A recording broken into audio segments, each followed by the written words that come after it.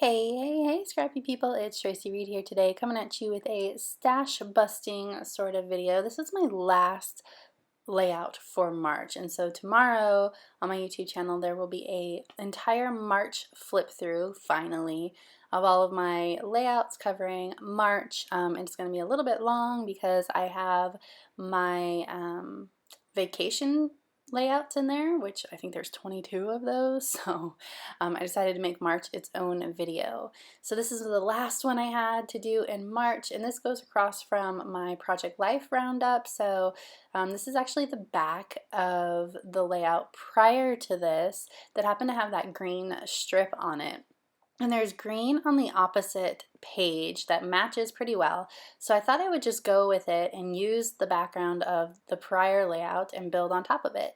So I'm using a lot of Cocoa Daisy remnants from, the cards are all from Picket Fence, and the blue doilies are from Lemon Grove. And I just pulled those out because they matched pretty well with the theme of everything. And I just wanted to use some stuff out of my stash. I'm really into stash busting lately, trying to get rid of stuff, get it in albums, get it out of my drawers. So these are two photos of my puppies and I. My puppies act like I have left them for years when I'm only gone for a half an hour. My mom took these photos. I'm not sure where we had gone, but we had gone somewhere like lunch or whatever, and had come back, and they just were all over me, acting like we had been gone forever. So she took these photos and I really loved them. So I decided to do a puppy love layout. My puppies don't get enough love in my album in general, so this is perfect. So I've created a little cluster that I can move around the page, and I'm going to back it with this doily. And then I'm going to take the other doily and I'm going to put it a couple places on the page just to create a little bit of repetition, move that blue around the page a bit. So I'm going to put it at the bottom here, and then I'm going to put it on the side as well. And I don't want it to come up too far onto the page because I just want it to be sort of an accent and not, you know, all of the page, especially since these doilies are a bit large for what I'm doing. So just making sure that they really hang off the edge and there's only bits and pieces of them. So I've created this sort of place to have 3 different clusters, and I think I sort of don't adhere to it completely, but it's just like a starting point. I didn't really know where I was going with this page, so I just had a nice little starting point here. So I wanted to use this for my journaling, but I don't want it to be on the card, so I'm going to cut all of these out and create journaling strips out of them instead. And I'm actually going to put 2 up in the top right or top left corner and then 3 by the card. So I'm going to pick a couple here. These are going to be a backing for a little subtitle. I know that the card is a large title in itself, but I wanted to make sure that I had a subtitle up there too. So I'm going to create a little place for that subtitle to go, and then down here these will be a place for my journaling.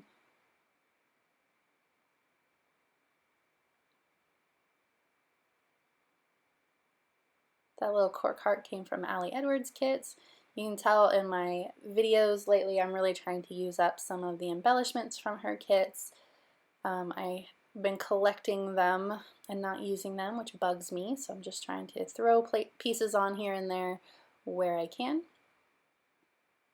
Glue all of these journaling strips down, which I shouldn't have done because I decide I'm going to use those stamps sitting right there from Cocoa Daisy after I've glued everything down. And so I end up using these stamps, and I'm going to use some Catherine Pooler ink, which I love, but I don't love the way the stamps came out in relation to the page. Like, I liked the idea of the stamp, but in all actuality, it wasn't my favorite embellishment on this page. So I end up covering up quite a bit of the stamping. You can still see it at the end, but yeah, I end up covering up some of the stamping that I do. And I'm using Aquatini by Catherine Pooler. which is a nice tealy aqua blue, which will match well on this page.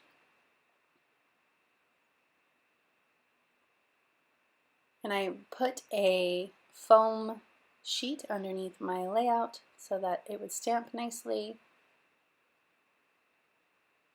And I decided to pull in a smaller sort of stamp of the same style. I don't want to stamp over the doily. So I'm going to repeat this here, which is the part where I really don't like because I went over that card, which I shouldn't have done.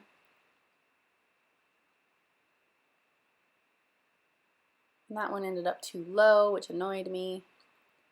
But I wasn't about to rearrange everything. I was going to stamp over the doily, thought better of it, thank goodness. But pulling up all of this stuff to stamp was silly. Always stamp first, dang it. But I don't know that I would have been able to stamp first on this anyway because I didn't know where I wanted to put the stamps until the cluster was down, and well, that's the way it goes. So there's all my stamping. You can see like it's fine, but it didn't really add what I wanted it to add to the page. So that's when I'm like, okay, what do I do now? Because I am not loving the way that this is coming out. Also, there's a whole lot of blue and green, but not enough of that pink going on as well. So what I'm thinking here and what I decide to do is I'm going to bring in some letter stickers here, and I'm going to use multiple colors to spell out puppy love to sort of replicate the feel of the journal card. And I still feel like I need more pink, so I'm going to pull in a pack of flowers from Simple Stories. I think it's a Simple Vintage collection. And I'm going to spread these pink flowers everywhere. I'm going to use them to cover up some of the stamping I don't love, but also I'm just going to add these pops of color everywhere because it was just feeling a little too blue-green, and why not? I love flowers. I don't get a chance to use these super feminine flowers a lot, so we're going to have at it. I also decided to add in some of these ephemera. They're kind of like ticket pieces just to create a little bit more depth. And what I felt it did is I was feeling like everything was sort of a modern feel. Even those doilies had a pretty modern feeling pattern on them. And then the flowers were kind of vintagey feeling because they're from a Simple Vintage collection, or I think they are. So I wanted to add in a couple more vintage feeling embellishments just to tie it all together so that it didn't feel like I had just thrown vintage flowers on a modern layout. So I'm sort of creating a cluster everywhere that the flowers are. Now I'm ready to start taping them down, covering up some of that stamping, or at least adding to it so that it's not just hanging out there all by itself. Then I have some patterned hearts too that I am incorporating into the clusters. That one is yellow, but it was a greeny yellow enough that I thought it went fine with the layout. Plus there's yellow in the middle of those flowers, so it all tied together.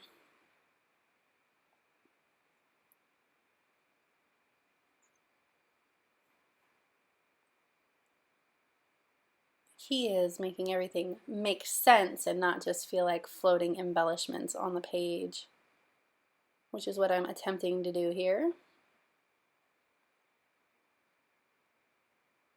I want to use that tall flower on the stems as well. It's off to the side right now because I haven't figured out how I want to use it because those stems are sort of throwing me off. But I figure I might as well use all the flowers instead of having one just hanging out by itself left over. There's a variety of flowers in the set of flowers from Simple Stories, but I pulled all of the same flower out. So what I'm going to end up doing is I'm going to cut off this stem because I can't make it work. Then I'm going to tuck it over this stamping over here that I really don't love. And then I am just about done. Gotta add in my journaling and call it good. Might as well throw this last piece of ephemera on here. So if you enjoyed this video, I'd love it if you give it a thumbs up. If you're new here, go ahead and subscribe. I would love to have you, and I will see you next time. Thank you.